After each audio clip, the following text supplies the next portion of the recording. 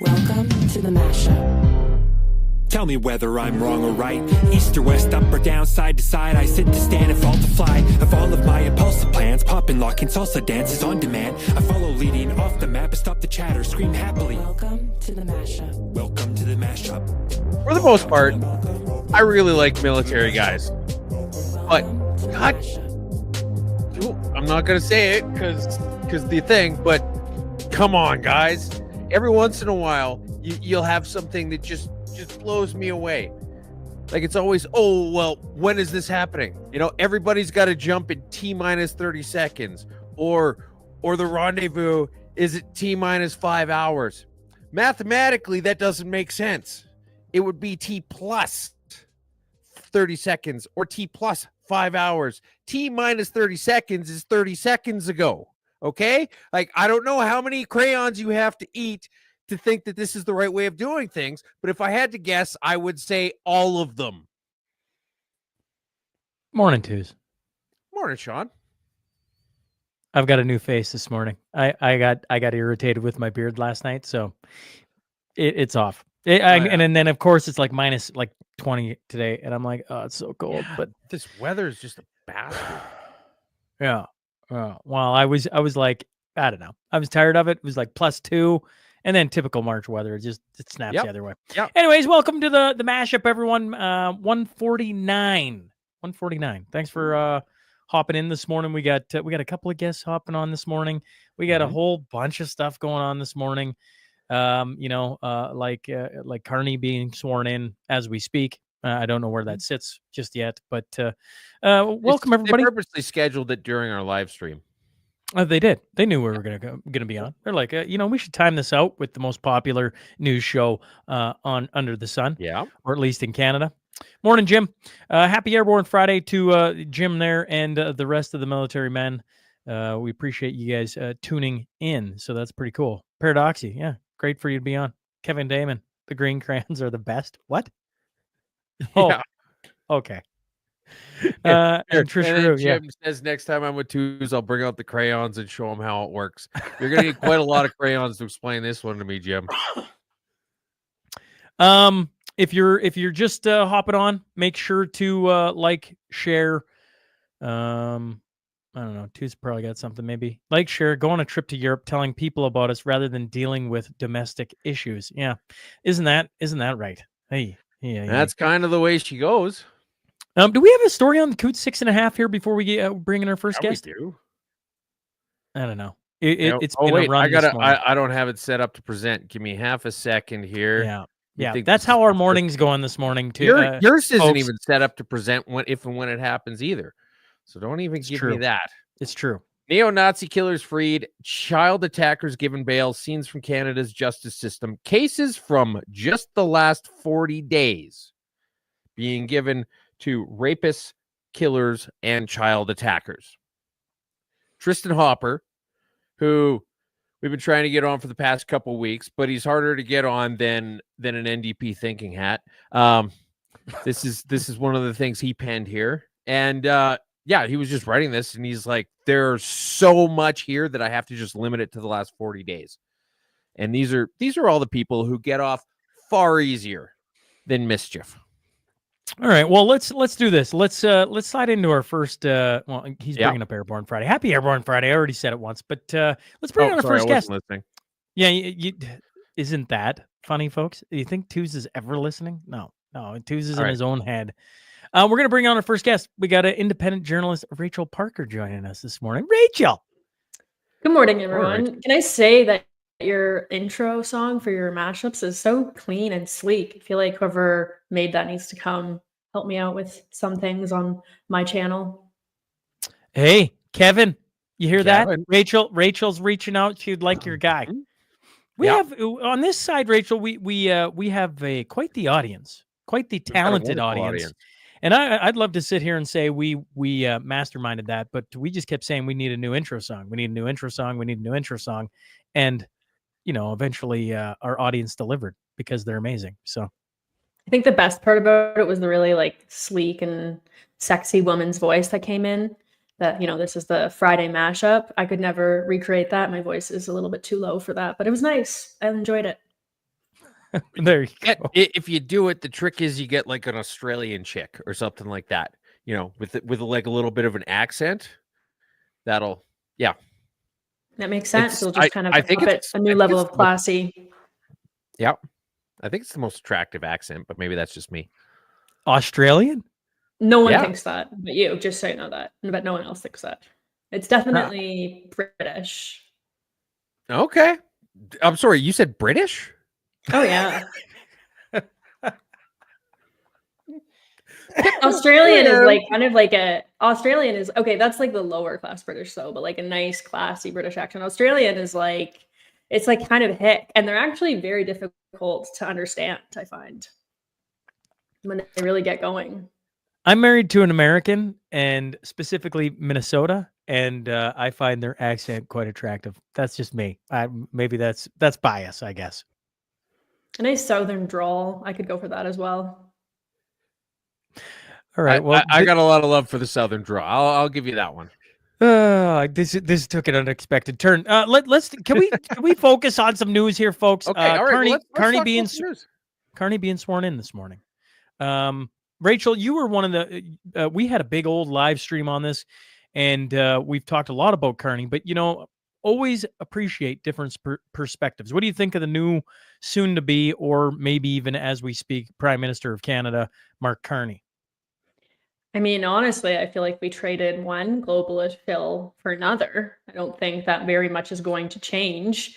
I think that it was basically the same people that installed Justin Trudeau, the same people that were around him, kept him in for so long, that were helping Mark Carney get elected, and that will now be guiding Mark Carney. I mean, he's brand new to politics. He doesn't really know what he's doing.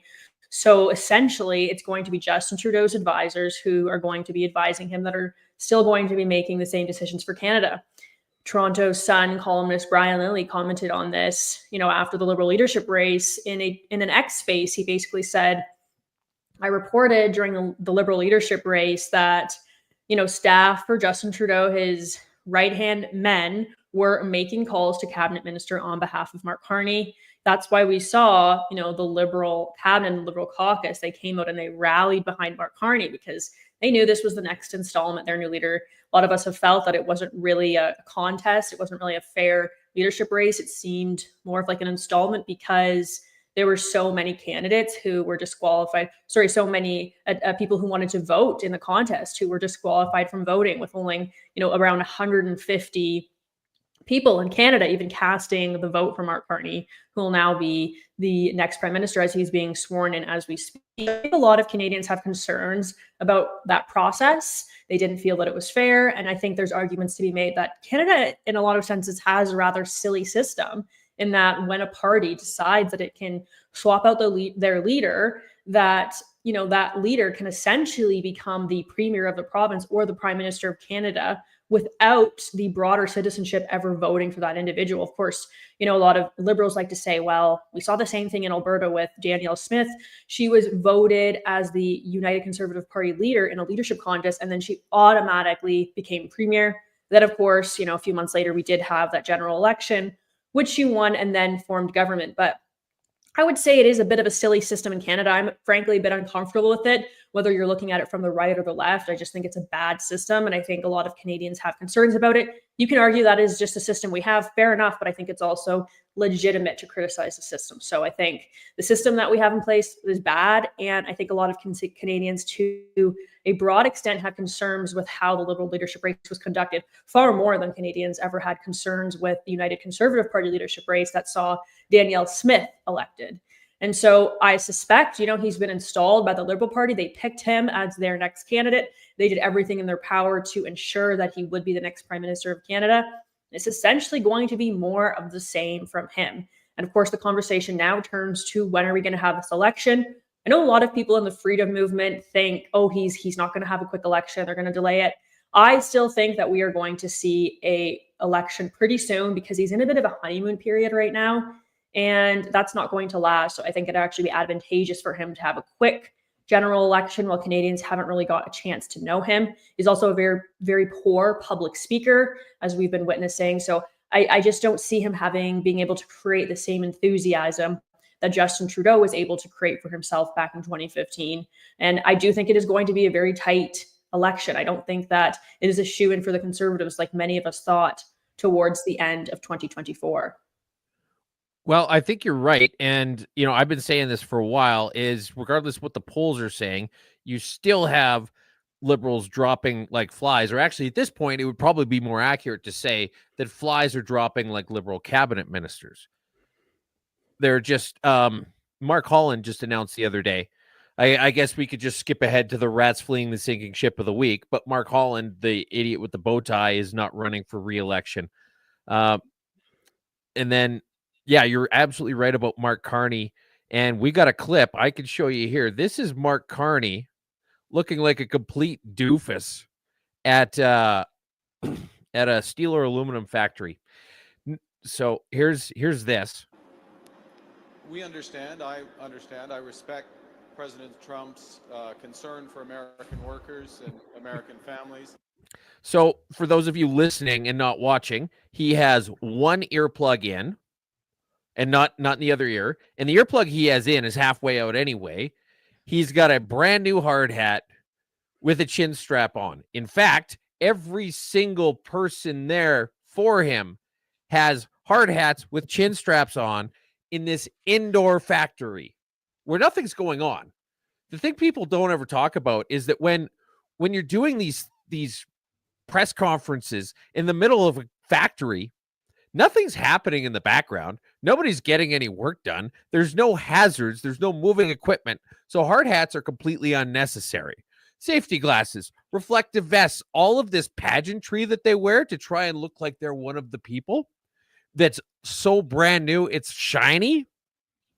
None of it actually plays in this scenario. And this is him in his, I think, first press conference since he won it, being exactly what you were saying, Rachel, where he's sucking. It's also just funny to me in that clip that you've pulled up with the hard hat on, how ill-fitting that hard hat that he has on is. It's just so small for his head that it just juts up really high into the air, making him look even more ridiculous than he would otherwise look. So yeah, I feel like they kind of threw that together last minute. It was a really bad choice. The other funny thing that I caught from that clip is, one of the things that I think a lot of people would agree on about Justin Trudeau is that he's essentially an actor. I mean, he was a drama teacher before he went into politics. And you see him really leaning into that as a politician. He knows how to be theatrical. He's constantly pulling out the crocodile tears. He knows how to appeal to emotion. And he's done that to rally his base very effectively. The same cannot be said of Mark Carney, who, as I said before, is a really poor public speaker. And when you caught him in that public appearance, you can see Karina Gold, who also ran to be the Liberal Party leader, who won about 3% of the vote, coming in, I believe it was second last. And she's just standing back there eyeing him as he's talking, and he's, it's kind of awkwardly getting through his announcement. And you can just see she's just sitting there thinking, I could do this so much better than you. She's just so irritated with how poor of a public speaker he is. I also remember when that event was hosted that we actually saw complaints from the media that they had asked the cameras not to follow him around as he went to talk to steelworkers at the plant at the Dofasco plant in Hamilton. And then they also said that they weren't given an opportunity to ask questions. When you listen to the press conference, I listened to it earlier and there's kind of pauses, and I couldn't quite make out if that was reporters asking questions or if it was just him kind of pausing between the statements. Either way, he's obviously shying away from the media because he's still kind of building up his media skills. It does take a long time to accrue those, and the media, especially if you're conservative, generally twist things that you say. And so I think they're being his team around him, they understand, he's brand new, he's a poor public speaker. We really got to help him along as much as we can. We got to really baby him. And I think they're going to be really limiting media opportunities for him. And, you saw the mainstream media get really upset about this, but I just said, they're getting the exact same treatment that us independents have gotten.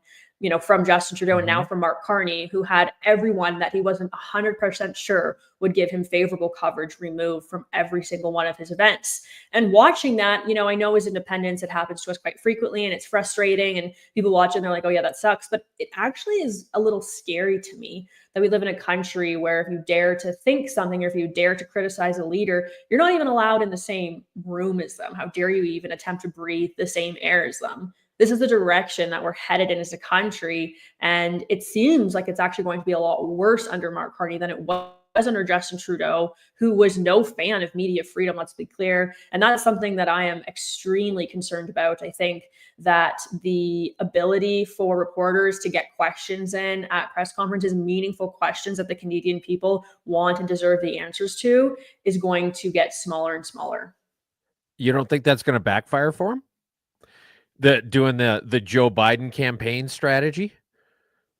I think we've seen some. I saw Stephanie Levitz. I want to say that she's with the Toronto Star now. I'm not sure. They all kind of change around every few years. And she basically said, he needs to be taking questions from the press. And so, yeah, I think we'll see the mainstream media start to come out and criticize him.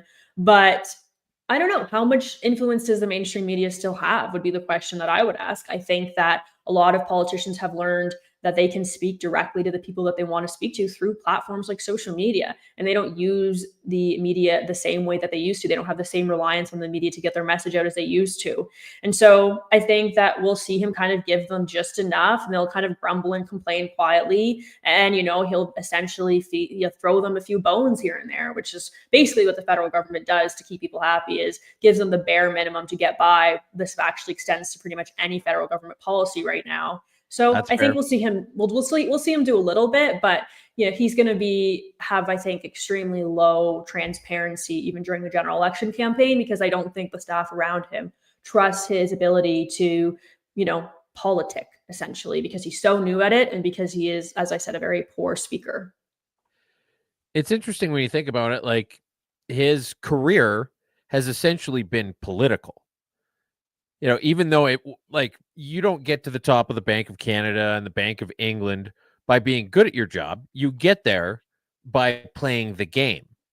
And it's interesting how, you've got this concept of not even corporate per se, but public sector politics and how actual politics deviates from that. It's going to be really interesting. I imagine that he's probably going to do really well in terms of managing his people. But I think you're totally right in the sense that he's going to be totally out of his depth when it comes to standing in front of a podium. Well, because public opinion is everything in politics. It seems to be to our detriment how political parties like the Conservative Party make all their decisions. We so often we're waiting for them to say something. We're waiting for them to say something on an issue that everyone has been talking about for like a week. They're and waiting finally, for the poll results to come in. Yeah. When finally they see the poll result and they're like, oh, public sentiment is actually high enough that we can comment on this without losing support, they'll come out and say it. And so that is, and you can argue whether or not this is a good or bad thing, but so much of politics has also become, and I would argue this is actually a really bad thing, has become about the specific party leader, not the individuals who are putting their name forward. I mean, if we look at the Conservative Party, the Liberal Party, everyone in that party has to say what the leader wants them to say. It's not really about talking about issues that matter to their constituents, that matter to their local riding. It's about talking about broader issues that the leader wants them to talk about. And, MPs are really bootstrapped on what it is they can say. And if you see them step out of line, then they're forced to issue an apology. And sometimes they're even removed from caucus for daring to voice an opinion on something that the leader hasn't signed off on. And so, the person at the top, they wear a lot of responsibility for setting the tone and the message of the party. In many senses, it becomes a popularity contest. And so that's why how the public views Mark Carney is going to be so important for the Liberal Party. And because, for the reasons that I've just mentioned, I suspect that we're going to see that translate into an early election. Let's not, like Canadians, we don't want them to lose essentially their honeymoon period. And we're going to see very carefully and very curated media appearances with Carney moving forward with, I suspect, very limited opportunity for questions. I think you're right. And then the other thing to take into account is that if the Liberals call an early election, then that means that they can't go into an election having lost a vote of confidence. And so it's going to be the classic "you can't fire me, I quit" situation, I think. Well, that's interesting. So then do you think that like the next election, do you think that it will be a conservative government? That's going to be tricky. The polls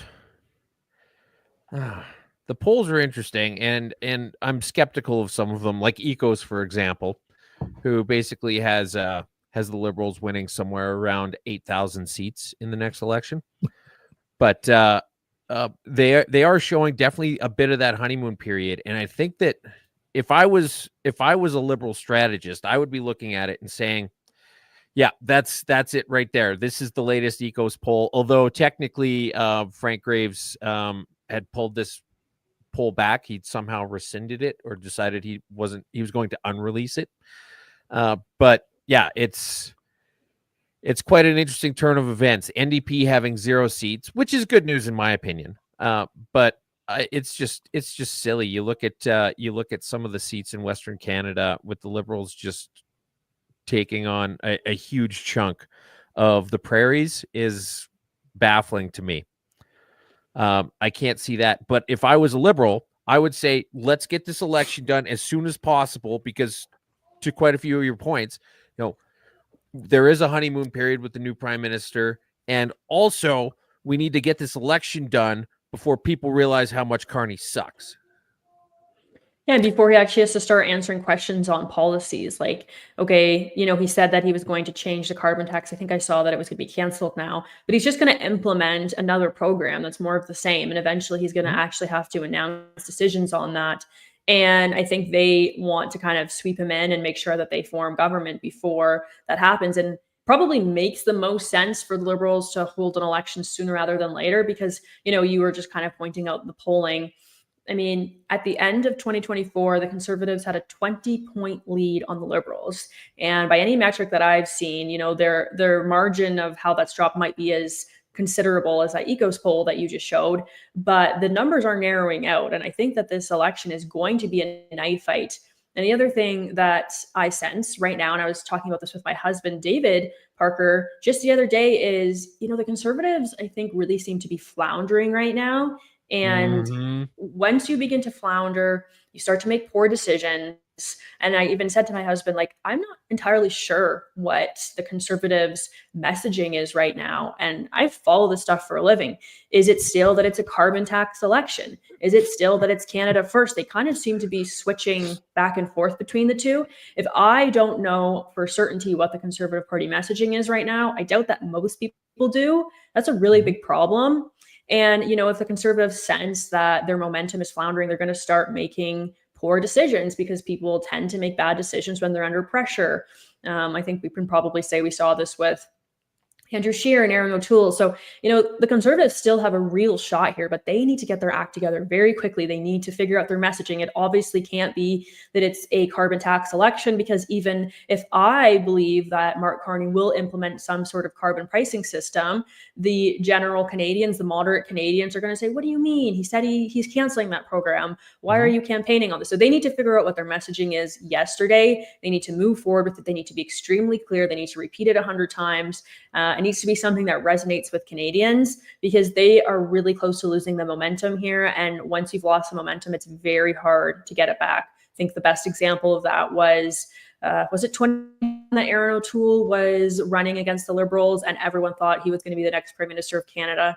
And then around Labor Day, there was a bit of a shift, and next thing we know, we're on to another Liberal government. So the Conservatives need to get their act together very, very quickly. And this is always like my biggest complaint about Conservatives, is when you criticize a Conservative Party, whether federally, whether provincially, and you have all these Conservatives come out and say, well, that means you want the Liberals to win, or that means you want the NDP to win. It's like, actually, no, it doesn't. I have my fair share of criticisms of the Conservative Party of Canada. I don't think they're any saviors, but obviously I think that they are the best thing for the country right now. Do I think that they are going to be able to totally reverse the decline that we've seen? I don't know if I believe that, but they will at least delay it significantly by hopefully 10 years or so.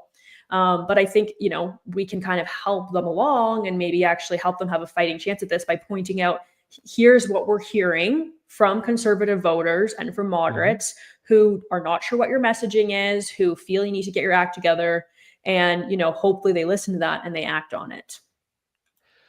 Well, I think it's probably fair to say that that they really have adopted the Aaron O'Toole, Andrew Scheer strategy lately. It almost seems like there was almost like a change in personnel in their comms department, where about a month, maybe 6 weeks ago, everything just changed, and it's been noticeable everywhere. I've heard a lot of people talk about it. Rachel, thanks for hopping on with us this morning. Any final thoughts before we let you out of here? Oh, just going to comment quickly on the last comment there is I think part of the reason we saw the messaging change is the panicking that we're seeing inside the conservative war room. They've seen the Liberals' polling has gone up because of this tariff war with Trump. They've seen that the Liberals are resonating with their base because of how they've attacked the Americans with Trump. And they thought, oh, let's do the same thing. It's working for them and it's costing us poll numbers. And I think we're seeing it have the opposite effect on the conservatives because their base is very different than the Liberals. And they would be wise to remember that. Thanks for having me, guys. Thanks. There you go, Rachel Parker. Always sharp. Always sharp. Just hits the nail on the head and steps out. Well done. Yep. And thanks for having me. I'm out of here. I'm like, well, I wish Twos would do that. Twos always. Hey, thanks for having me, Sean. I'm out of here. I'm out of here. I can tell you what, I got booted out. I'm like, what the heck is going on my side? And it just boop. And you know what it is? I'm sure this is what it was. It's the 800,000 tabs I had open because Twos built me a document this morning, folks. It is like, twice the height of me, essentially, which I mean, in some circles is tall, in other circles it's not that bad. But and I mean, in my world, when Twos is rattling off the amount of things we got to get through today, let's get to it. And when our next guest hops in, we'll bring him on. Okay. Next on the docket, BC legislation would give government sweeping powers to respond to Trudeau pardon me, not Trudeau threats, Trump threats. I get them all mixed up all the time. Yeah, it's fair. This is a wild story. I actually reached out to a couple different people in BC trying to get somebody on to talk about this. Because it's Vaughn Palmer who writes. This is his story, not the one you have up, but a different one. He quoted, "In extraordinary times, we need extraordinary powers," Ebby told reporters, referring to Bill 7, the Economic Stabilization Tariff Response Act. And Palmer writes, "In 41 years of covering BC governments, I've not seen a legislation as arbitrary and far-reaching this side of the Federal War Measures Act. The only limitations on Cabinet's power are regarding the legislative obligations to consult and accommodate the interests of Indigenous people, which cannot be overridden." Ebby and Sharma also referred to the legislation as time-limited. And then Palmer quoted, "Not that all that much. It would be in effect until May 28th, 2027, well into the third year of Ebby's 4-year term." Yeah, basically the NDP are trying to pass a thing, basically just moving them into a fast-paced dictatorship, which, I mean, given how slow everything moves in Canada in the government, that's kind of a refreshing idea. To have people like that have it is terrifying, because they're just going to make nothing but bad decisions. And if I feel like they shouldn't have it, then I feel like nobody should have it. Because, I mean, that's kind of the rule is, regardless of what you think about a policy, you got to picture it in the hands of your worst enemy. And I think that for a lot of people in Canada, the NDP are their worst enemy.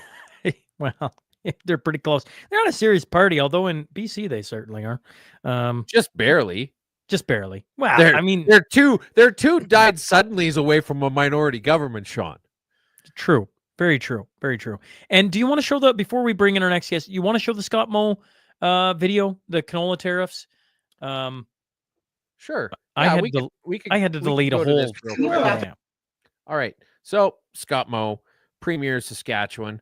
You can tell by the accent, but here he is. On what you said yesterday, you said in the next, if the Chinese tariffs go through in a week, that it would decimate the canola industry in Saskatchewan. Can you elaborate on that statement? It'll close crushing plants. I can't be more clear. And the people that will be working in those plants will not have a job for a period of time. More impactful than that. And I would really hope that anyone that is running for the Liberal Party of Canada or any party in the next election listens to these next words. More impactful than a temporary loss of jobs in the canola crush industry is the markets that we are losing. The markets that we are losing are going to be they were incredibly hard to build in the first place, and they're going to be incredibly hard to regain. And so I don't know that those jobs will immediately come back. This is the reason that I ask Prime Minister Designate Carney to reach out, make his first engagement with the government of China to find a way through these very, very disastrous counter tariffs that have been implemented that are going to have an impact on Western Canadian families. So for those of you who aren't familiar with it, we covered it, I don't know, 2-3 months ago, something like that, when it first broke, is that Canada introduced a bunch of tariffs on Chinese-made electric vehicles, which is the stupidest thing you could imagine, because these are the same people who couldn't even manufacture a half-decent super virus.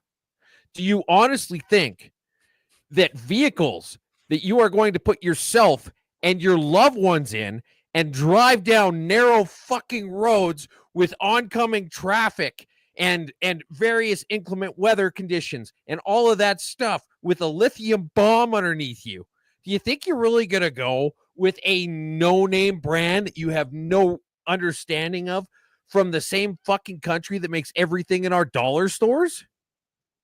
This is a tariff on something that no one's going to buy anyway. This is the boycott of American beer times 1,000. You think like, oh, yeah, well, we don't need American beer because it's junk. Well, we're going to boycott it anyway. Well, no one's buying it regardless. This is that turned all the way up to 11. Nobody is going to buy, what is that, a Huawei car? Do they even make cars? I don't know. You're going to buy a car with an insignia on the side of it that you can't even read, and you're going to put your friends and family inside of it and just cruise down the road hoping everything's going to be fine. You don't need it anyway. You don't need these tariffs. But the Chinese response to it is, oh, well, you guys want to install tariffs to protect Ontario and fucking Quebec. Well, we're going to respond by decimating the prairies. What do you think of that? Well, if anybody knows the Liberals, they don't see anything wrong with anything like that. Like, oh, you guys are going to respond by decimating Western Canada? You're taking our jobs. Come on. This is exactly the best possible situation that Trudeau's team, because it's still Trudeau's team, could have possibly hoped for. It's interesting. It's probably the most nervous or animated maybe Scott Moe's been in a long time. Right? Like he's quite animated in that video, isn't he? Am I wrong on that? He is. And you're like, where the hell has this guy been for like 5 years? Well, I would agree. It's actually almost like he woke up one morning and realized, oh my God, we're in trouble.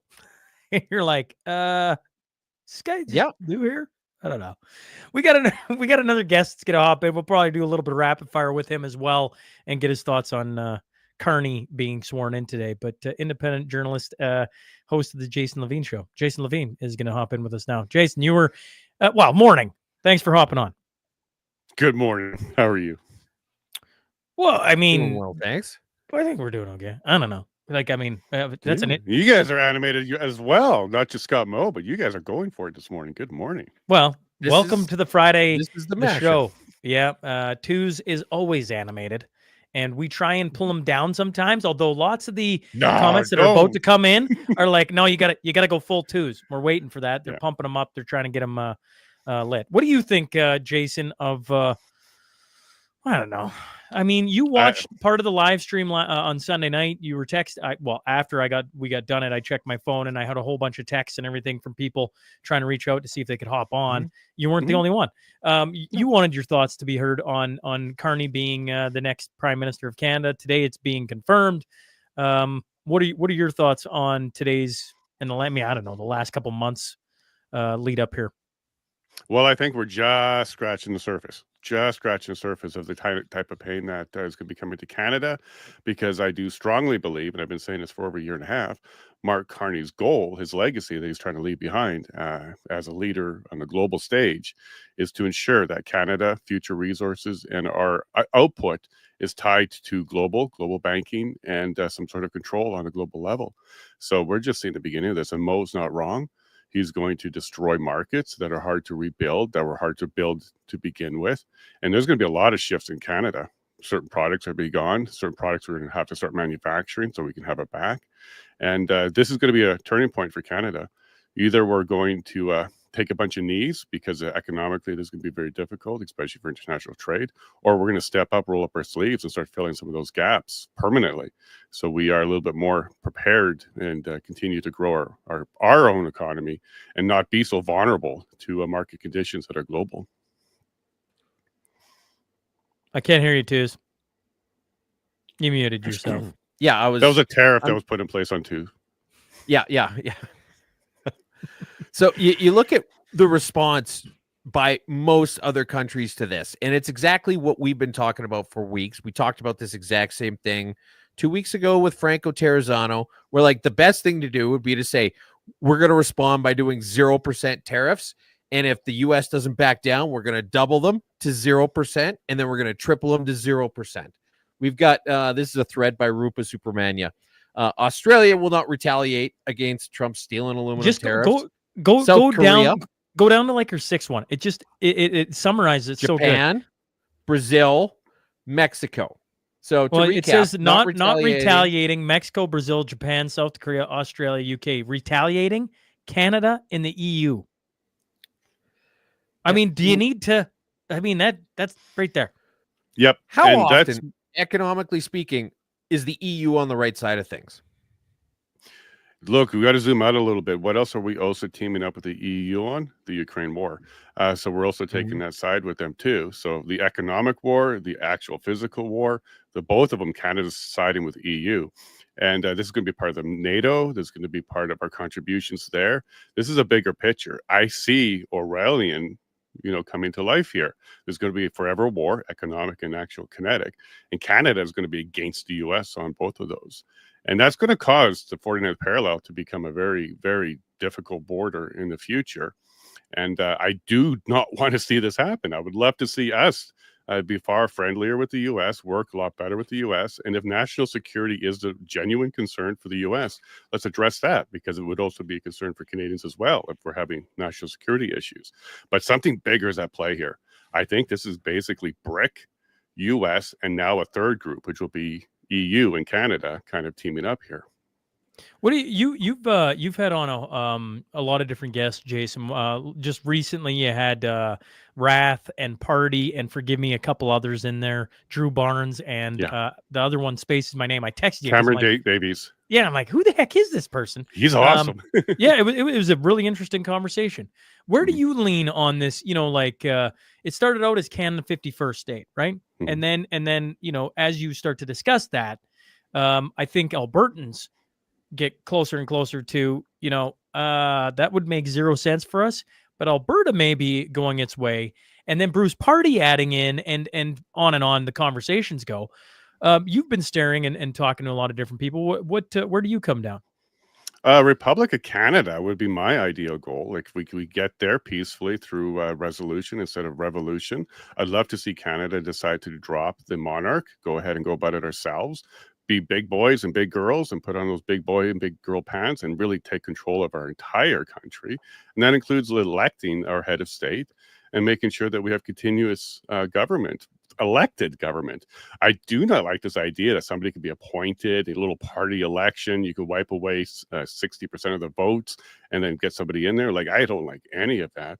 And I absolutely want to have an opportunity to redo the way that Canada is structured on a republic level, like accountability. Let's have some recall. Let's have some elected senators. Let's really learn the lessons from the U.S., make it slightly better, Canadianize it a little bit more democracy, and then run with that. That's what I would love to see, because I think Canada, the entire country, is by far the most oppressed on an economic level than any other country in the world, and our future potential is higher than any other country in the world. So I would absolutely love to see us all work together under a republic. If we can't get to there, statehood looks pretty good, but I don't want to just jump from one bad relationship to another and just quickly join the U.S., because I certainly wouldn't want to be facing like Kamala Harris as a leader or anything like that. I would love to see us be far more independent, but ideally, as the Republic of Canada, that can't happen. The Republic of Alberta. I don't know. I mean, it's funny when you think about, like, you know, the idea of Kamala Harris and you say, okay, well, what if we joined up with the US and then we'd be in a situation where we had no vote in the way the direction of the country goes. But that's basically where we're at right now. For sure. One thing about this free trade, though, is that, you know, if you were to do a SWOT analysis, you were to imagine Canada as a company rather than a country, and you were going to look at strengths, weaknesses, opportunities, and threats. The biggest weakness in terms of economics, aside from the red tape, would be the fact that so many of our proverbial eggs are in the U.S. basket. If you had a company, if you took over a company that did the entire 80% of the Pareto distribution with one client, you would say, okay, the first thing we need to do is we need to figure out how to build up our smaller clients and get more new clients. And that's the writing's been on the wall about that forever, where you just say, look, this is crazy that we would just ignore this weakness that we have and never shore it up. No, I agree completely. And what I would do if I was the CEO of Canada, the corporation, if we were kind of talking on those levels, is I would also make sure that relationship is stronger and we had more power by providing more value to them as well. So the US market, so that we're not so dependent on just like a one-sided relationship. So yes, open up additional clients and markets and expand on those and focus on those, but also make sure that we can continue to provide more leverage with the current partner, because the last thing you want is all your eggs in one basket, but you also want to make sure that you have your hand on that handle as well, and it's not just the other side that controls basically our fate. We need to be stronger with innovation and provide a lot more to our partnerships around the world. And I actually think Alberta specifically is very, very well positioned to become an intellectual hub of the world when it comes to energy development, future energy development, current and future. And we actually have that ability. And also on agriculture, we could become an intellectual hub for a lot of this stuff, where we provide so much value on that level, innovation and invention, that we can't be ignored anymore. We are kind of like the brain trust of the world when it comes to energy and agriculture and resource development too. Canada is sitting in a position where we can become basically the lab of the whole world. We have cold weather, hot weather. We can do a lot of testing here. We can really become a place where the whole world comes to test things out, work on things and do innovation. If I was in control, Canada would be a global leader in innovation, and we would maintain that lead forever. And if we did that, it would be kind of like picking on the nerd in the classroom. Do you really want to pick on the one that can really help you think through things and work on things? Probably not. Sure, we're only like 1/10 of their market, but I think we are far more prepared and able to become an intellectual partner for the US and the rest of the world. And we have that here in Alberta. I really, it's sad to me that we're not building up the infrastructure for innovation. Instead, we're just kind of building up infrastructure for energy, but not so much innovation. There is some, because, you know, the oil sands, there's a lot of stuff being worked on there to try and make it cleaner and better. So this is exactly what I'm talking about. I think we could become world leaders on intelligence.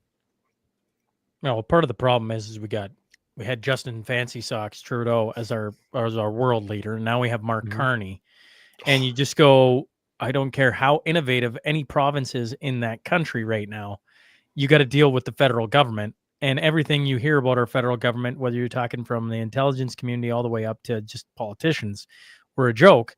Because, I mean, it was Shane Getson on here how long ago, Twos, that said anywhere they go, and you're watching probably Danielle Smith, probably where I think we can all agree, probably the closest. Anywhere she goes, she's welcomed in. They want to have conversations. They want to work through this, but they got to deal with the leader in charge on a lot of this stuff. And that was Justin Trudeau. Now we got, you know, as of today, Mark Carney being sworn in. But I mean, Alberta just signed a memorandum of understanding, which technically is just an intent to do something down the road with Japan. So Japan, who wanted to get our natural gas, and then Trudeau, you know, parroted his same talking points that he said to Germany, which is that there's not a business case for it. Danielle Smith is kind of setting the stage, at least somewhat, at least getting the surveys done before the ground gets straightened out to actually have really good trade with Japan over that. And maybe I'm just slightly cynical. And if Shane's watching, he's like, it's a memorandum of understanding and it's so much more important or something. Maybe that's eluding me. But it is a first step. If I read the article correct, though, around the memorandum of understanding, it's been there since 2017. This is well before Danielle Smith's time, and it's just I don't know. I'm not saying it's a bad thing, and it's a good thing to keep those ties tight because in the stories it just talks about they do this kind of photo op. I think twos, and maybe Jason, either one of you can correct me if I'm wrong here. But when I was reading it, it looked like it was 2017 is when the first memorandum of understanding was signed, and they've been doing this, reaffirming their commitment to this goal. But in the meantime, it's Seinfeld. Nothing actually ever happens. But I think, I think there's things that happen. I think there's trade going on between the province of Alberta and Japan. I don't think I'm not trying to crap on this. I just also think that it's a photo op, and it's a good thing. And when you look into it, it's been there for a lot longer than Danielle Smith. And maybe listeners will correct me. Maybe I'm wrong. No, these are always complicated, right? What we get in the media and news about these situations is always just the surface level stuff. And what's actually going on behind the scenes, rarely do we actually hear about it. And I do absolutely believe there's going to be a lot of interference, maybe even with our U.S. partners in some of these kind of deals, because they don't want to see us grow maybe to that point where I was talking about, where we have a lot more leverage against them so that they can't push us around. I think it would be best for Canada to really start focusing on Canada first, and ensure that we're going ahead and starting to prosper and nurture these kind of relationships all over. I think it would be best if Canada kind of started to demand our leadership, and it's going to be very tough under Carney, to go ahead and put us first. This is a message that I want to make sure that people hear, because if we don't start doing that, and this is not racist by saying I think Canada should take care of itself, I think we have to, because we kind of got ourselves caught with our pants down. And we didn't learn our lesson during COVID. So when there was lockdowns globally, there was, supply issues. We had problems there. We should have kind of woke up and said, look, we're kind of too tied to too many foreign markets. We need to start doing some more things here. And that's part of the relationship and negotiations we should be doing with other countries. What can we provide you? What can you provide us, so that all of us could be a little bit more self-sustaining, a little bit more independent, and not be so vulnerable to market conditions like this? At any point, a meteorite can hit the earth and really mess things up, and a whole bunch of countries are going to be suffering from that. We all should be kind of focused. Yeah. We all should be focusing on basically how can we kind of, have our base needs taken care of. That would be healthcare, that would be jobs, have our base needs, and then let's look at the luxury or additional things and start trading on that. But not being able to sustain ourselves and keep jobs going against in our agricultural markets, for example, is a problem. And Mo's not wrong on this one. It's going to be very difficult to rebuild those markets, rebuild those trusts, especially when other markets are opening up and our previous clients or customers are now seeking their solutions from somewhere else. We have to start thinking different. And this is actually an opportunity. I don't really see this as necessarily a big problem for Canada. This is an opportunity that we should be grabbing the bull by the horns on, and recognize if we just got a little bit more independent on a global market and a little bit more national oriented, we can survive this, and then we can survive even worse later on. That's what we should be thinking about. Like, can you imagine that your household, you had no ability to, let's say, store water and prepare yourself there, and as soon as the water is off, you're in trouble. So this is kind of where I'm headed with this. Let's start building wells. Let's make sure that we can supply ourselves on the base needs that we have, so that we don't run into these kind of problems, especially around healthcare and medicine. And let's take care of that. And this is the opportunity. We can become innovators and leaders when it comes to medicine research, for example, because we're doing it here now. And not doing things like the Winnipeg lab and shipping things that are bad to the world. Let's focus on things that Canadians need and make sure that we have our base needs. Because if let's not create viruses that are going to kill everybody. Just putting it out there. That's not a best use of our time. They did a poor job of killing everybody, I think. So I would say that economically speaking, from a government perspective, one of the easiest ways to do that would be to increase tariffs across the board. I mean, that's what the states did in their fledgling years to build up their local industries so that they could get away from getting everything they needed to build the country shipped from Europe. Yeah, Does that mean you're advocating for tariffs? No, like there's another way to look at that. There's also subsidies. Like when you subsidize industries, you're also giving them an unfair advantage. What I'd love to see is a pure open market that's fair, with fair trade and fair market across the board. And that means even don't subsidize markets. For example, the job market here, if you're an immigrant to Canada, you have your employment subsidized, which harms Canadians who don't have their employment subsidized. Got to stop doing that. We have to have free markets and not just use the label free market and tell people it's a free market. Genuine free markets. So remove restrictions, remove barriers, remove tariffs, remove subsidies. Let's start chopping all of those problems down so that we kind of have to be forced to be fair to each other, work with each other, and provide better product. The best way to compete is to compete. Sincerely, like the better at competing you are, the better you are at growing your markets. Not propping it up with subsidies or putting tariffs on to kind of use protectionism for your market. Genuine, full free market is where I think we need to go. And if we continue to, muck around with the levers of a free market and you no longer have that, you see the consequences of it. We're not self-reliant. We're reliant on too many other people, raw minerals and materials coming from one place. And if they shut it down, we're in trouble. Markets where we're putting our energy that we rely upon on the income, if those shut down, we're in trouble. We need free market. And it would be great if the whole world decided to do this. But if we can start here in Canada, for example, remove restrictions between provinces. Provinces are free to open up and develop their resources. If we start actually taking the chains off of Canada within Canada, I think you're going to see industry and innovation just explode within our border. I absolutely know we can make products for Quebec, Quebec can make products for us. We got to remove a lot of these restrictions. And if we do that, Canada itself would become a powerhouse, even at 1/10 of the U.S. size. Any final thoughts, Jason, before we let you out of here? I am absolutely pleased that you guys keep doing these shows, because the number one way that we fix this democracy is media. We have to get media back. Let's make media great again. Because if we do that, then these kind of conversations, ideas, and our future leaders will be able to hear this kind of stuff. And this is where we really need to fix the problem. And thank God for people like you and Twos who are doing that, because this is the crack in the dam.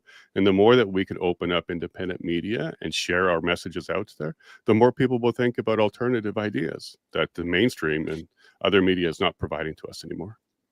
Yeah, amen to I that. I think it's really interesting how you look at what is being said in the mainstream media, and you're like, what if just you guys had somebody who had actually worked a day in their life? Or what if you guys actually had somebody from the other side of the country talking on this panel? Because what you're saying is just inherently bizarre. And so, yeah, it's great that it's a crack in the dam, but they're the one who left a nice little perfect spot for us to put that wedge in to get it started. For sure. They've exposed themselves. Yeah, this isn't us being like, oh, hey, you know what? We should do this. This is a response to them. 100%. And this is not an easy life. Like, I wouldn't have chosen this for my even worst enemy, to go get yourself into media, because boy, do we get it from all sides, and it's very difficult, and it's not very rewarding. None of us are. You know what I did yesterday, though? Here's a little side story. I got the phone. It always, people always text me, and I love all the text, folks. But yesterday, I'm like, you know what?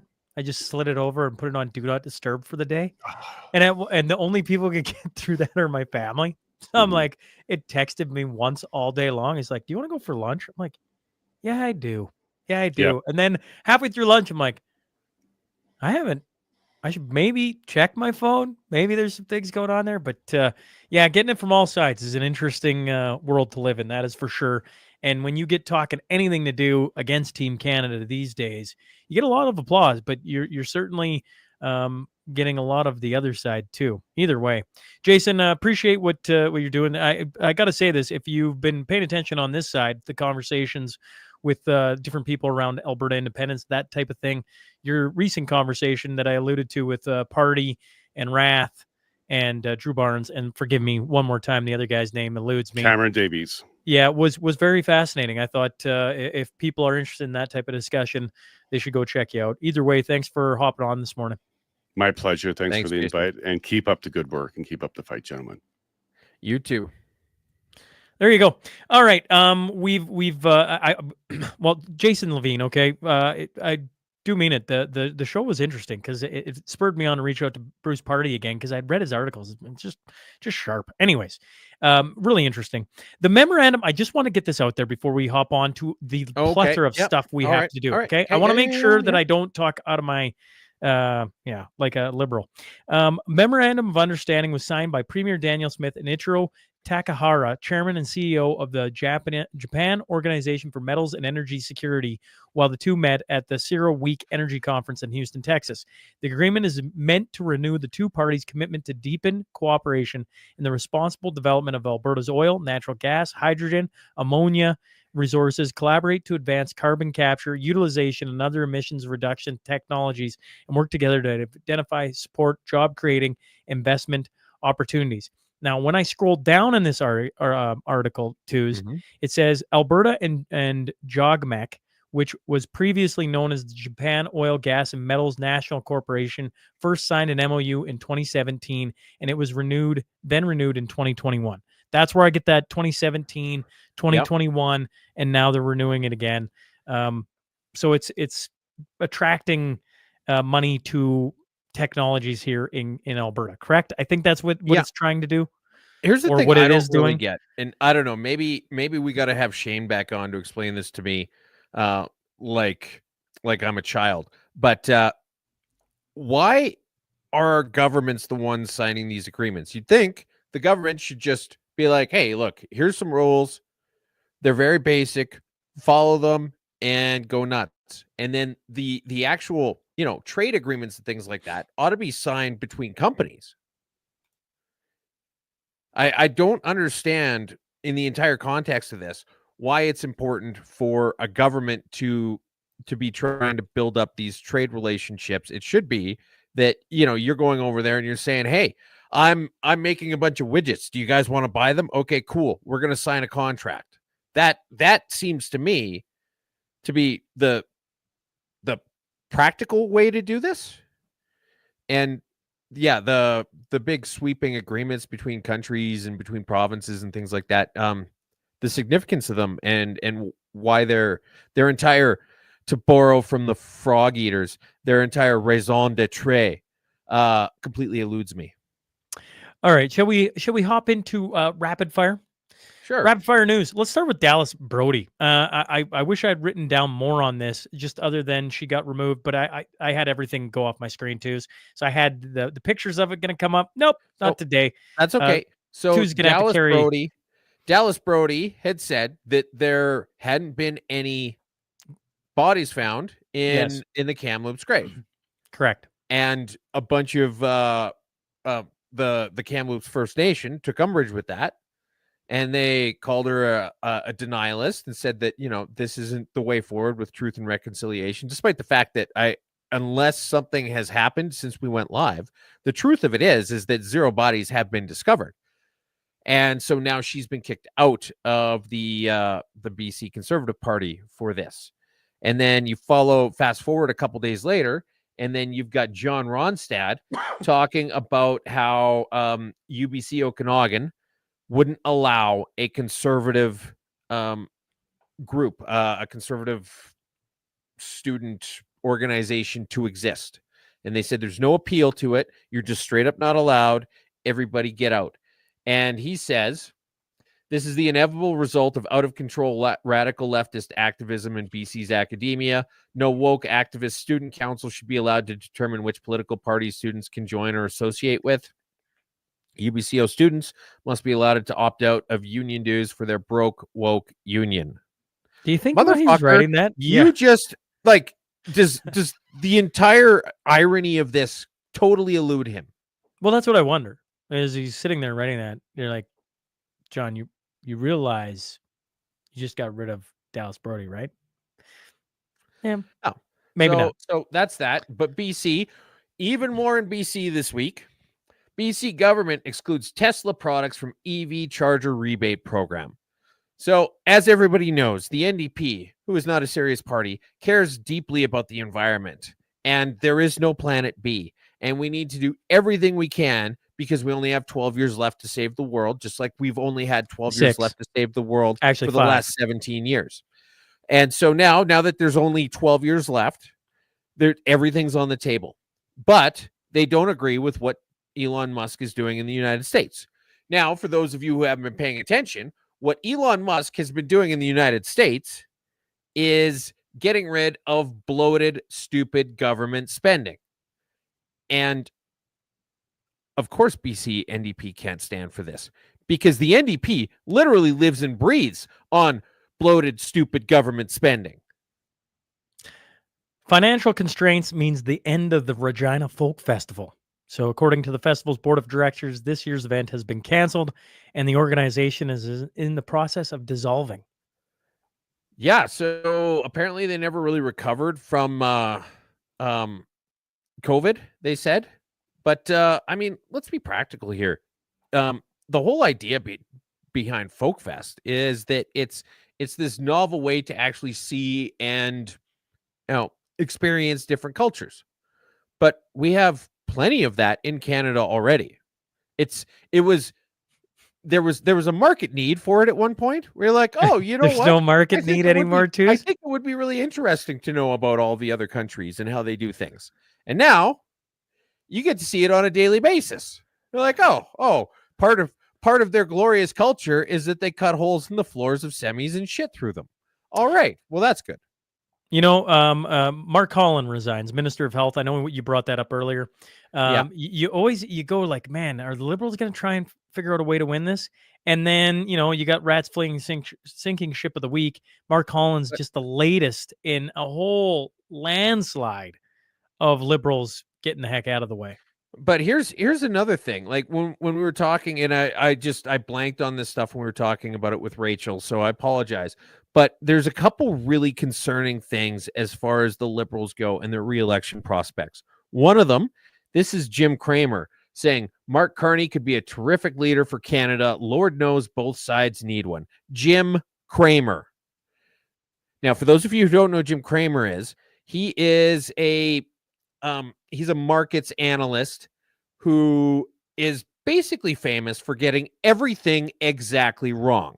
He said to buy Bitcoin a month ago, and it's since crashed. And anytime he says something, you do the exact opposite. There's actually a stock ticker that tracks doing the opposite of what Jim Cramer says. And it does almost as well as Nancy Pelosi does. That's how far off base this guy is consistently. And then the other thing, I don't know if anybody else picked up on this, and I don't have it in front of me to show you guys, but I was crunching the data on the Liberal leadership votes by riding, and almost all of the lowest turnout ridings, Yorkton was in there, but almost all of the lowest turnout ridings were in fucking Quebec, which means that they presumably are going to do very poorly in fucking Quebec, and fucking Quebec counts for a significant number of the seats in Parliament. So they've got an uphill battle. Heist of the week. We got two this week. Okay. One is it's like Christmas. One in Nova Scotia. They took an excavator and literally hammered into a Scotiabank.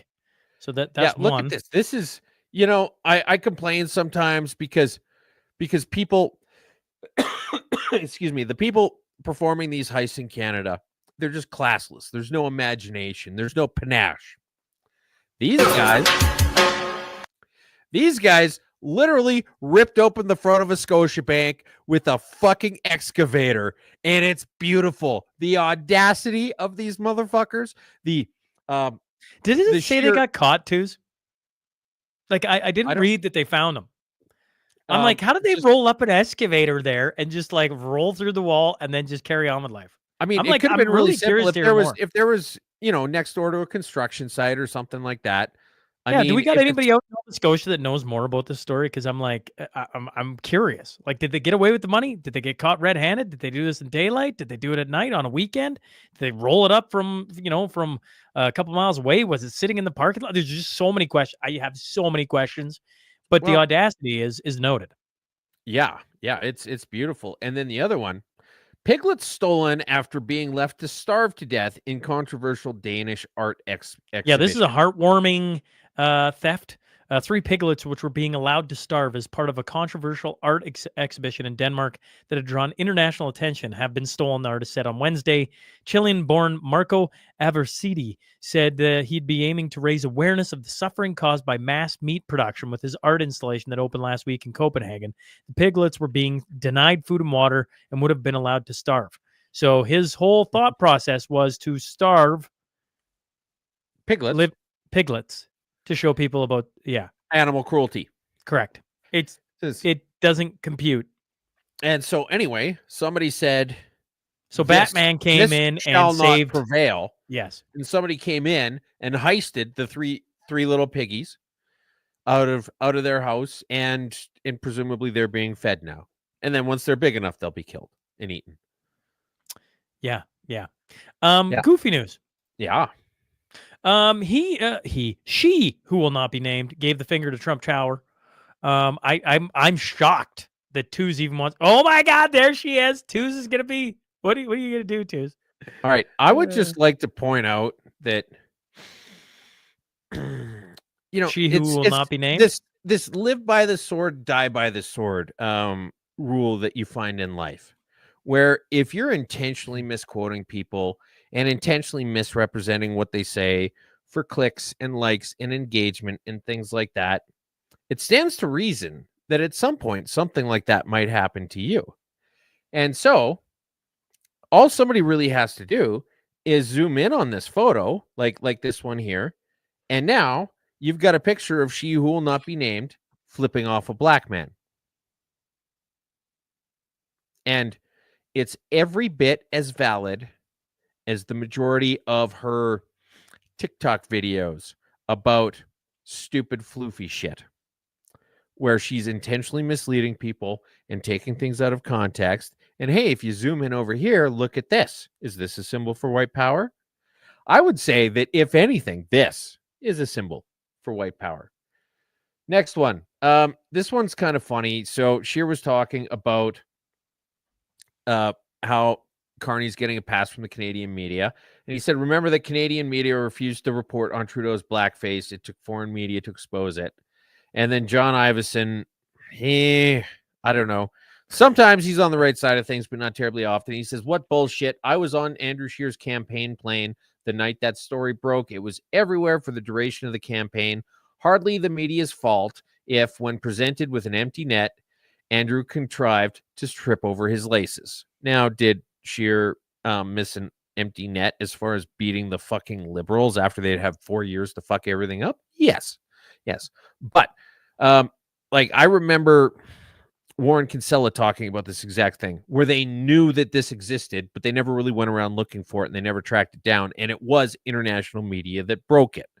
And so for everybody who's forgotten about this, Canadian media knew that there was at least one, but probably several photos of the Prime Minister wearing blackface in the middle of the Me Too movement, and decided not to try and track it down. And it wasn't until it was reported in the States that they actually did anything with it. And it's the exact same thing where CBC themselves confirmed that they had the story about Trudeau being the kokanee groper, and decided to squash it and not run it because they didn't think it was newsworthy. And it wasn't until somebody else broke the story later that it was talked about. So yeah, is that was the nickname, the kokanee groper? Well, it's. I mean, I remember the story. I just don't. I don't remember. But if I say kokanee groper, everybody knows what I'm talking about, right? Yeah, they do. But I don't know if ever was that how it was. Kokanee groper. It was a big thing for a while. Kokanee groper. Anyways, union says pride flags banned from Edmonton Public Library. Library disputes claim. This is funny because, I mean, on the one hand, this would be awesome. Maybe they're just going to pray the gay away, or, pride cometh before a fall. But they've got this news article where they're saying that the pride flags are being banned, and no, the pride flags are not being banned. And this lazy fucking reporter, Karen Mulcahy, couldn't even be fucked to walk down the street to the fucking library and say, are there any gay pride flags here? Yes or no? This is the most basic of investigatory journalism that you could possibly imagine. She probably wouldn't even have to go into the building to get to the bottom of this story, and yet she's declining to. This is what our government subsidizes. A man. Oh, sorry. Go ahead. No, what I was going to say, collaborative work leads to gun arrest. I was moving on. Okay. Can we move on? Yep. Yeah. Okay. Yep. Police officers in 43 Division collaborated with the Ontario Provincial Police to help arrest a man alleged to have been a drug dealer and seized 2 handguns. Yes. Here's the article, or pardon me, here's a picture of it. Now this is really interesting. So he's got a bunch of weed, there's some pills, some coke and meth, a couple scales, a little bit of cash laid out, including a whole bunch of $2 bills. Why the fuck does a drug dealer have a whole bunch of $2 bills? Now keep in mind that they haven't, it's been almost 30 years since the last one was printed. And somebody got busted with a brand new looking, looks like a Glock. I can't quite tell from the angle. I think that's a Smith & Wesson beside it that looks very well worn, and a whole bunch of $2 bills. Yeah. American Airlines plane catches on fire at the Denver airport. Man, every week we got a new plane doing something that it shouldn't be doing. Yes. Feminists burn down the patriarchy. Yeah. At what point are we going to say that maybe we want competent people operating and repairing the planes that we trust with our lives? I don't know. Now, excuse me. I mean, some people are going to say, well, we don't know for sure that it was caused by DEI. But if the last 17 of them were caused by DEI, I'm just going to assume that this one was. And even if it isn't, I stand by what I said, because the last 17 of them were DEI. The actor playing Grumpy in Snow White says he's disappointed in the world for the backlash that caused the premiere to be scaled back. One main reason they switched to CGI dwarves is because actors with dwarfism complained they weren't exclusively using actors with dwarfism. Yeah, that would have been Peter Dinklage who did that. Now, the interesting thing is that this is a pivot. This is one of those intentionally misleading things. I think it would probably be fair to say that the premiere, both in Europe and in the States, got scaled back or canceled entirely.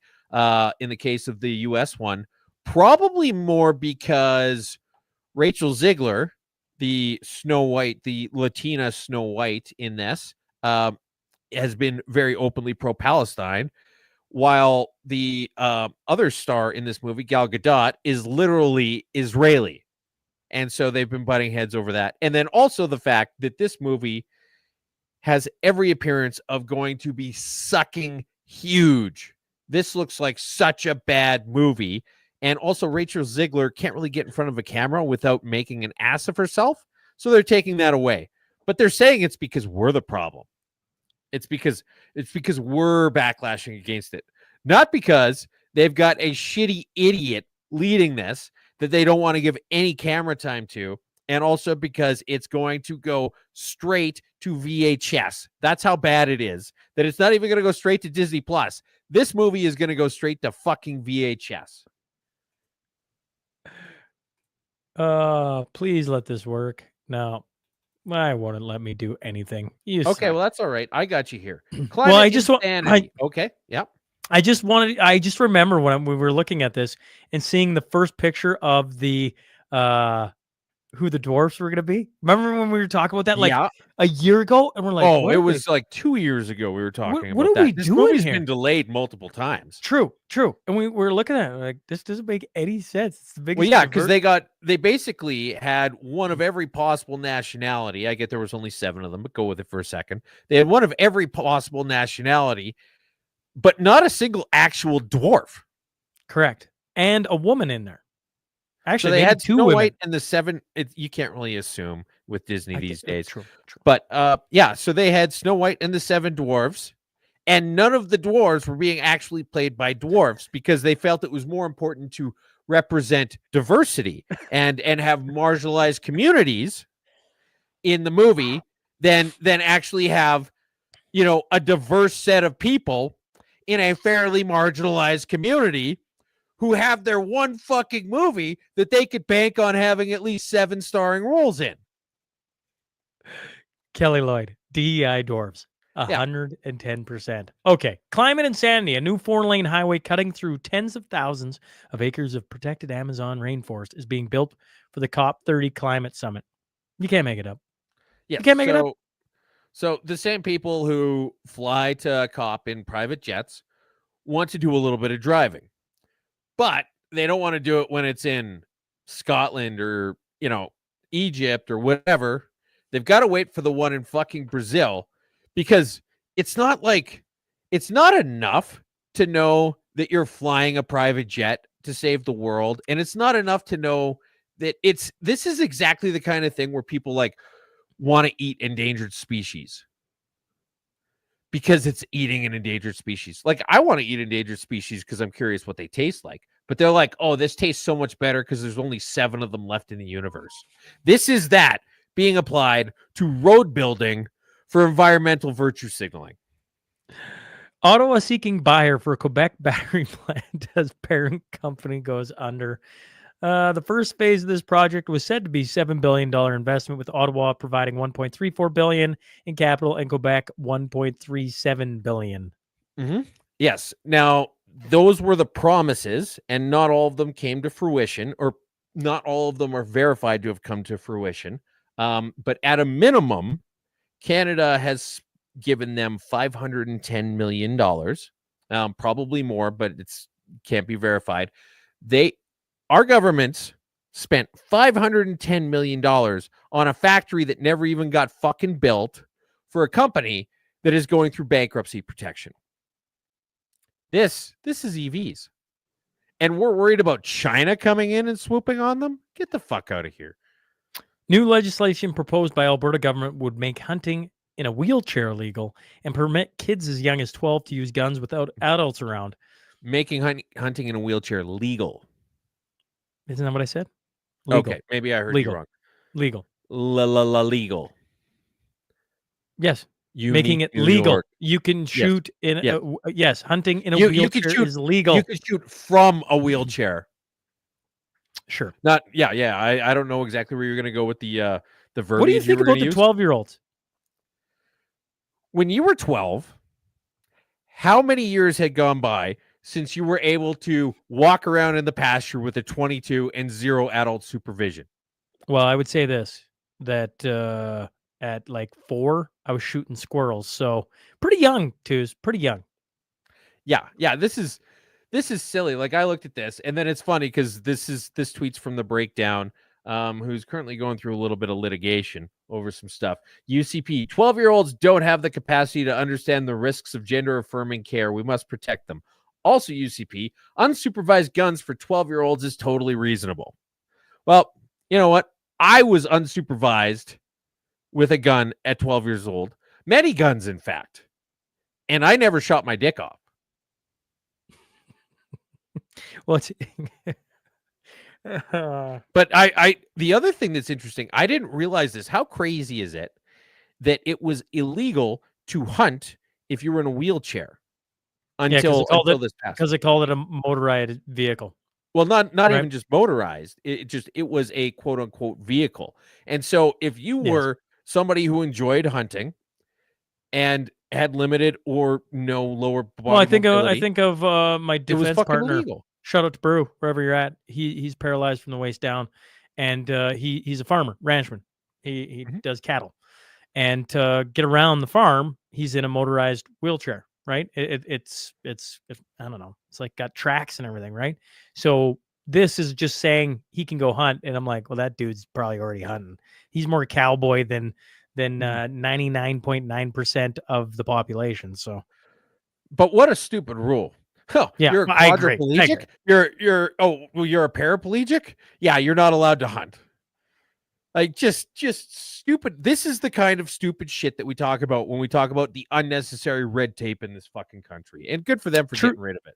Trudeau proposes way forward on 24 Sussex problem during his final days in power. In a letter to Public Service and Procurement Minister Jean-Yves Duclos, Trudeau asked the minister to develop a proposal with options for a new official residence for the Prime Minister by January of 2026. $100 million.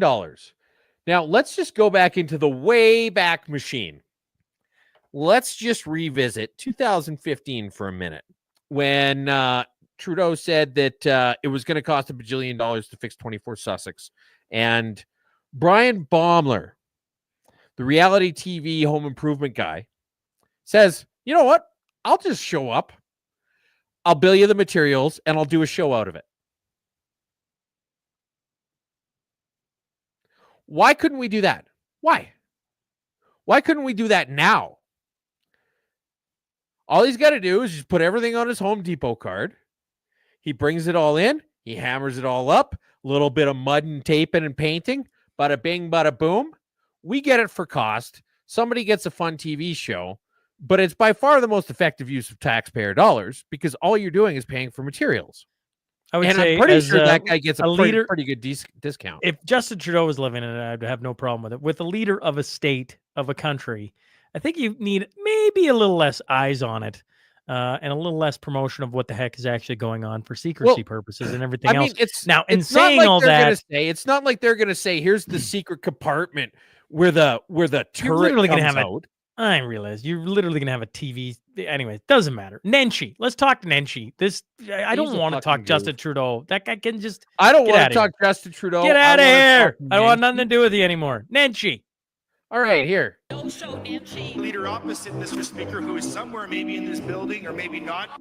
Hey, I'm right here. Call my election. Now, what they're talking to is the fact that Nenshi has been leader of the sitting NDP, MLA, and he's not a sitting MLA.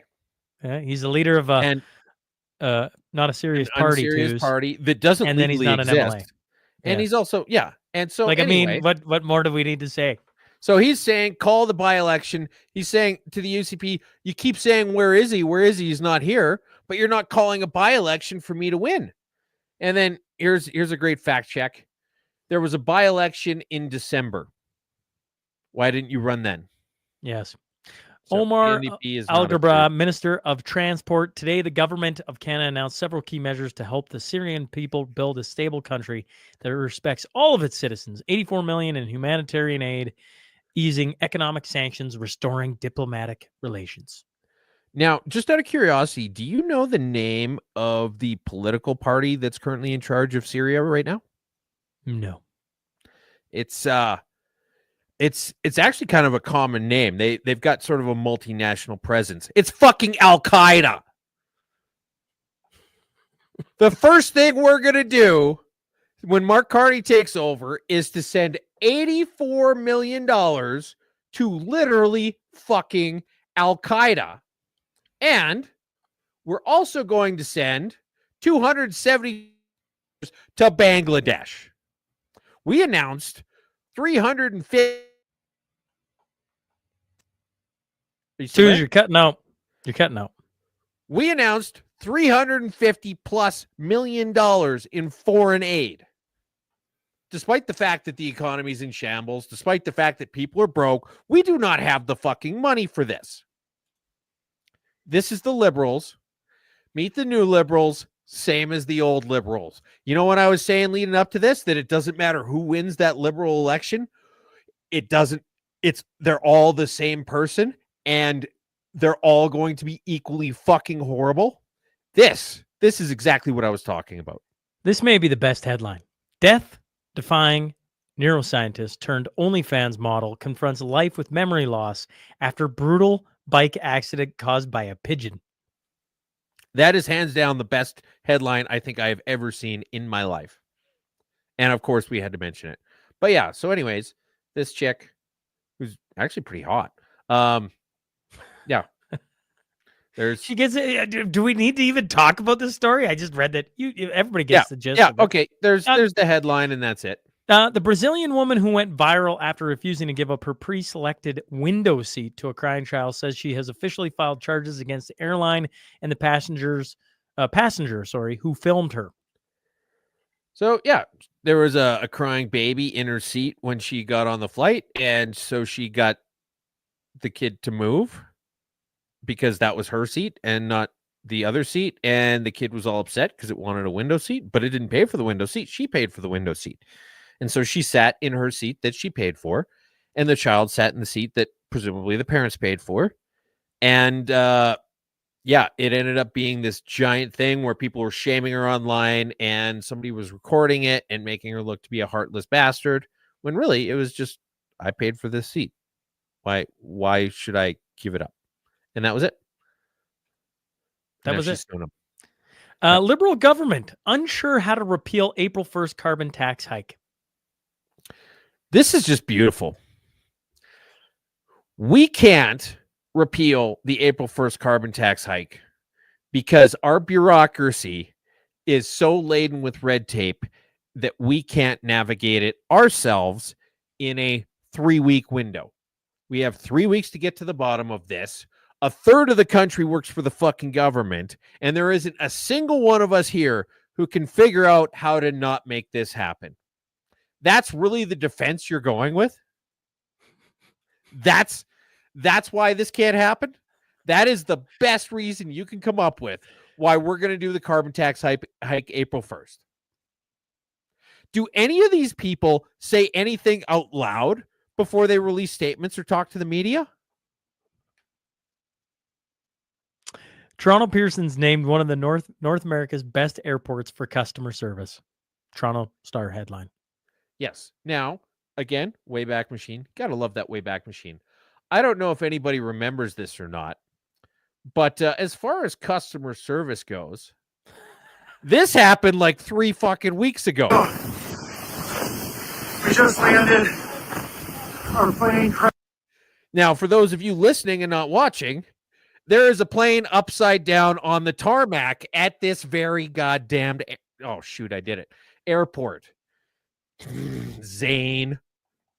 And also, work being done too with the airlines in order to get flights actually on time or not delayed as much. Just curious if there's any work happening there. Yes. So we've seen almost a doubling in terms of improvement on-time performance since last year. And this is that is a reflection of all the work that we've done. To all the delayed flights, canceled flights. Oh, that's a thing of beauty. My university, Samantha Smith, British journalist. My university has been forced to send out an email telling students to stop urinating and defecating in the communal showers. Yeah, I mean, why do you need Folk Fest when it comes to you? WNBA star Angel Reese says she will sit out basketball games if she doesn't start getting paid more, saying she and other female basketball players deserve it. Well, you know what?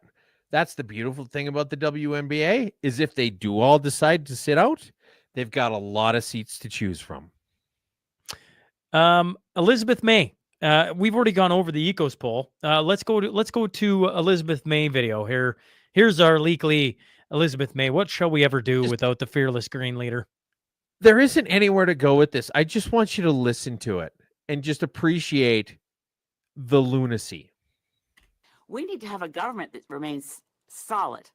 Team Canada can say to Donald Trump, go pound sand or go suck eggs. Although, as I said, I now realize there's a tariff on sand and they may not be able to afford eggs. Reminds me of his attitude towards women. He's a serial misogynist, sexual abuser, rapist. He's in the White House. What does he want to do? Take Greenland out to buy expensive furniture? Take Greenland into the dressing room? I'm sorry, every time I hear Trump saying he's going to get something one way or another of another sovereign nation, in my head I'm hearing, I just grab him by the... I wouldn't put it past Trump at all. I mean, we've seen Musk interfere in the German elections to support neo-Nazis. Okay, what's to say that Trump and Musk's ideas, well, let's just get some rage farming going and see if we can get a segment of Canadian society that likes the idea of a 51st state. We need to have a government that remains... So that is Elizabeth May, a little bit unhinged. Elizabeth May par for the course. I think that's exactly who she's been. I don't think she's unhit. I think that's what you're getting. And the day she steps basically down doesn't come with a hinge. Right. The day she steps down, it's going to be sad because we're going to just be like, well, who's going to be at the front of the old green party, Yeah.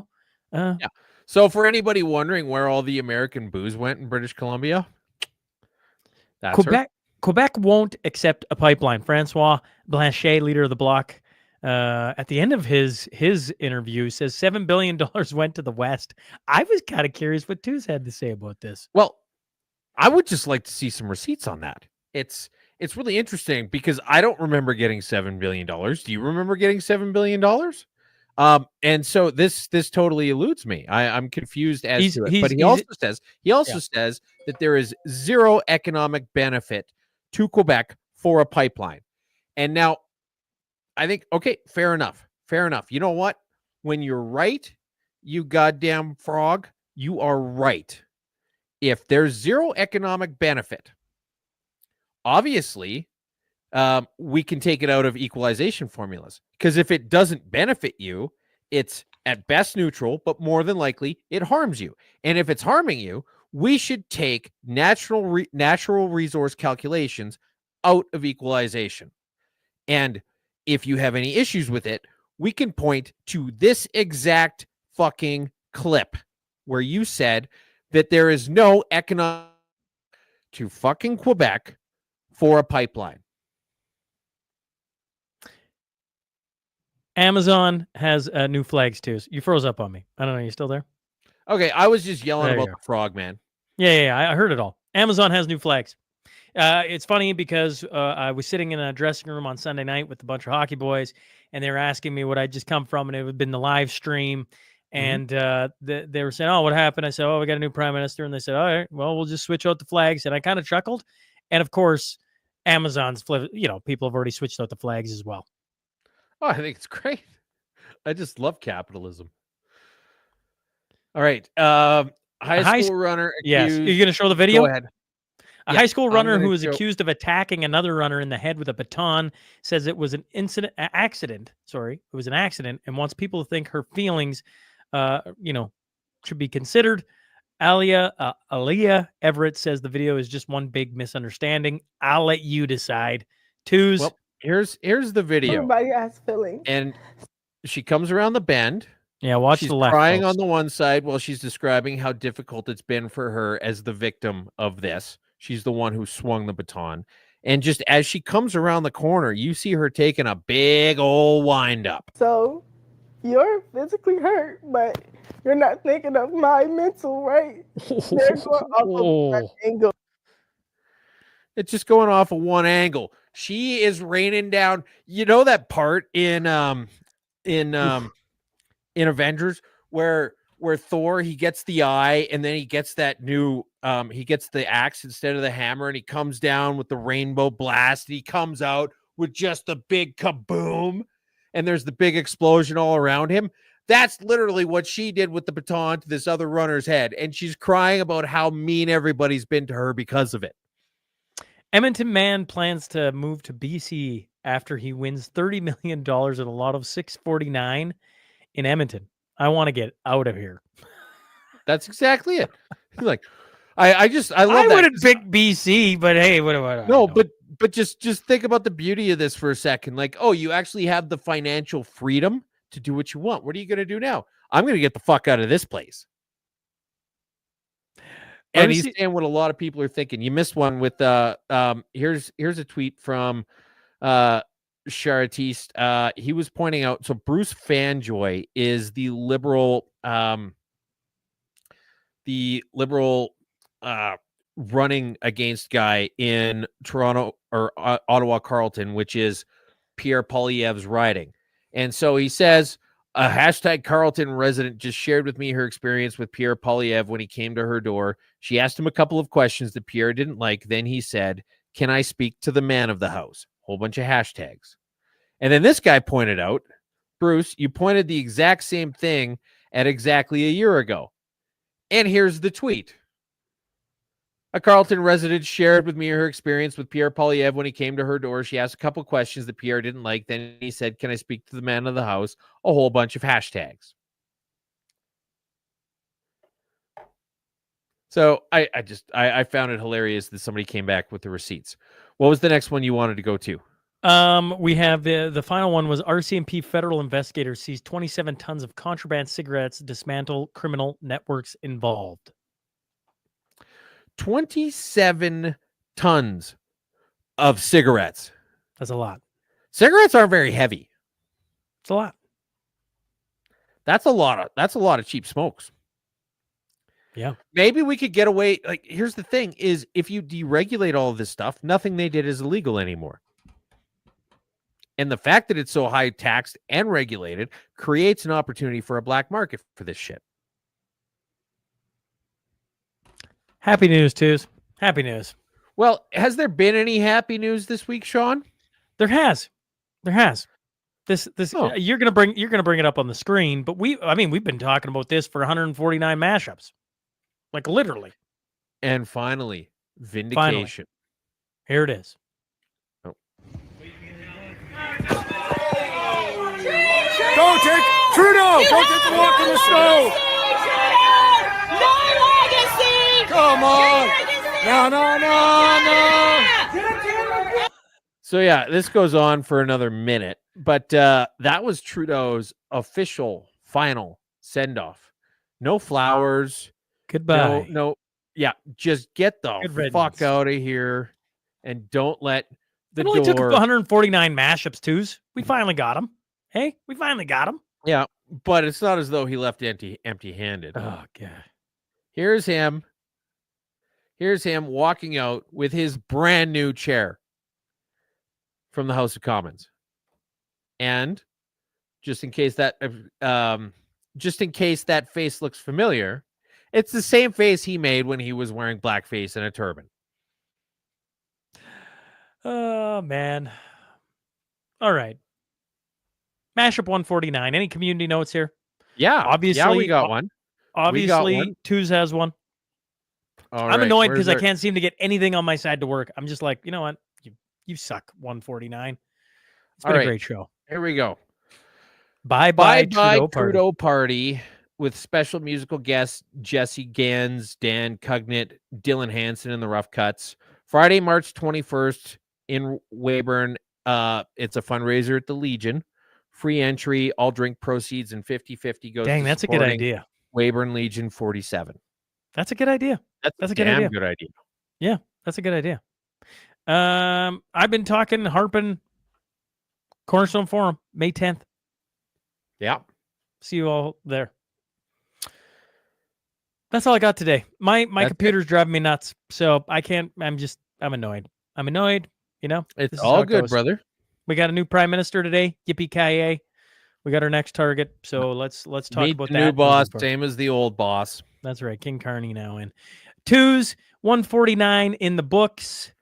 Thanks everybody for hopping on today. And thanks a lot for tuning in. Yeah. We'll catch up to you next Friday. Same time, same place. Probably add in a few new guests. And certainly there is going to be a lot of stupidity happening in the next week. I'm certain of it. But what do you say, Twos? I don't know. I feel like maybe this is just a turning point for the country, and there isn't going to be anything stupid to talk about next week. All right. Well, catch you next week, folks. Twos, till then. See ya. Welcome to the Mashup. Tell me whether I'm wrong or right. East or west, up or down, side to side. I sit to stand and fall to fly. Of all of my impulsive plans, popping, locking, salsa dances on demand. I follow leading off the map, stop the chatter, scream happily. Welcome to the Mashup. Welcome to the Mashup. Welcome to the Mashup.